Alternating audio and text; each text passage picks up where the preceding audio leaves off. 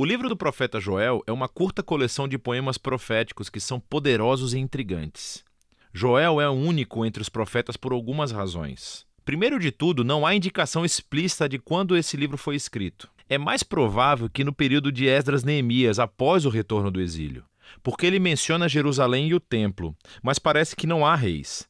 Também é único, já que Joel está claramente familiarizado com muitos outros livros das Escrituras.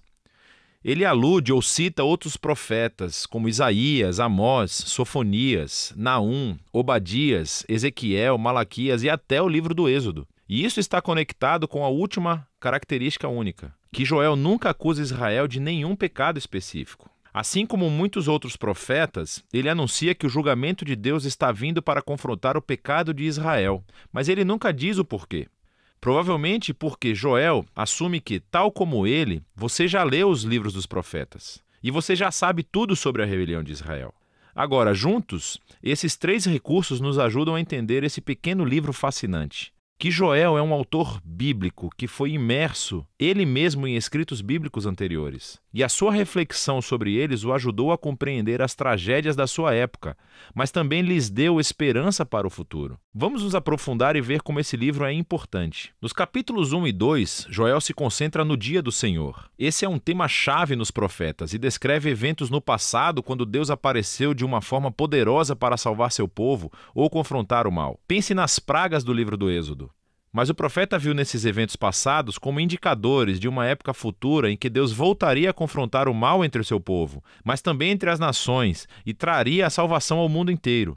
E então, aqui, nos capítulos 1 e 2, Joel reuniu dois poemas paralelos que incidem sobre esse tema. Então, o capítulo 1 é sobre o dia do Senhor no passado. Ele começa anunciando um desastre recente, que um enxame de gafanhotos devastou Israel. E a sua descrição do enxame lembra o dia do Senhor contra o Egito. Lembre-se da 8ª praga de Êxodo, no capítulo 10.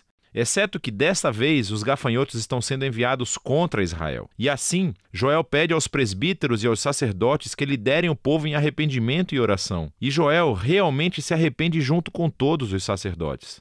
O capítulo 2 vem junto e tem o mesmo conceito poético e fluxo de pensamento. Então, Joel anuncia outro dia do Senhor, exceto que dessa vez é no futuro e não no passado. Há um desastre iminente vindo sobre Jerusalém. E ele começa descrevendo o que parece ser uma outra onda de gafanhotos, mas ele usa imagens militares e cósmicas. Assim, os gafanhotos se tornam o exército de Deus, como cavalaria e soldados que marcham e destroem tudo em seu caminho. E o sol escurece e a terra estremece. E Joel diz que o dia do Senhor é terrível. Quem pode suportá-lo?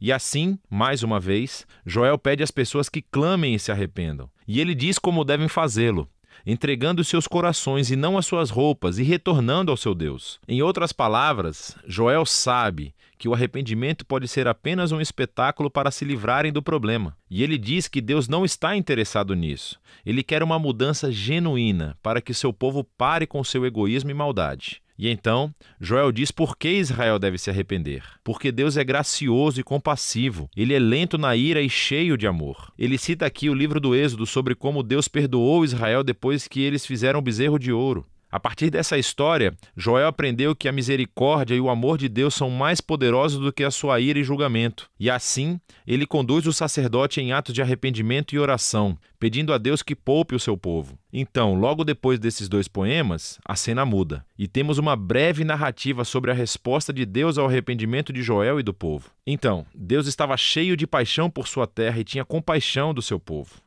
E Deus diz que ele vai reverter os efeitos devastadores desse dia do Senhor e transformá-lo de julgamento em salvação. Então, primeiro ele vai derrotar os invasores ameaçadores, que eram presumivelmente os gafanhotos, e ele desviará todos eles para a sua própria ruína. Então, ele vai restaurar a terra devastada e trazê-la de volta à vida, tornando-a abundante mais uma vez. E, finalmente, Deus diz que vai trazer a sua presença divina entre o seu povo. Ela se tornará real e acessível a todos. Agora, até esse ponto, os poemas contam uma história poderosa sobre Joel liderando Israel para ver como o pecado deles levou ao desastre e ao julgamento divino, e que, com o Deus da misericórdia, sempre há esperança. Mas Joel vê em todos esses eventos passados uma imagem do futuro dia do Senhor. E assim, na seção final do livro, Joel escreve mais 3 poemas que correspondem à resposta de 3 partes de Deus. E ele entrelaça imagens de outros livros proféticos e expande tudo para uma visão de esperança para toda a criação. E então, primeiro, a esperança da presença de Deus entre o seu povo se expande em uma promessa sobre como um dia no futuro o próprio Espírito de Deus, a sua presença na vida pessoal, preencherá não apenas o templo, mas todo o seu povo.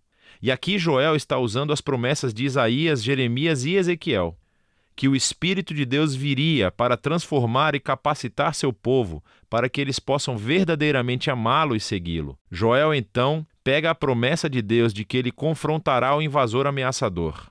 E Joel vê nesses gafanhotos devastadores uma semelhança com as nações violentas e arrogantes que devastam e oprimem as pessoas.